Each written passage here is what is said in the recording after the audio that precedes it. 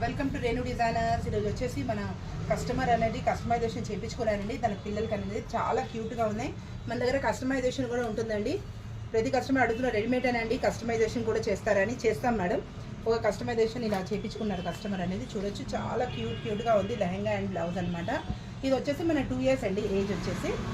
Next వచ్చేసి మన దగ్గర ఇలా స్పేస్ సిల్క్లో కూడా ఫ్యాబ్రిక్ అనేది అవైలబుల్గా ఉంటుందండి. ఇలా బీడ్స్ వర్క్తో ఉంటుంది, చూడొచ్చు అనమాట. ఇది వచ్చేసి 8 years పాపకండి.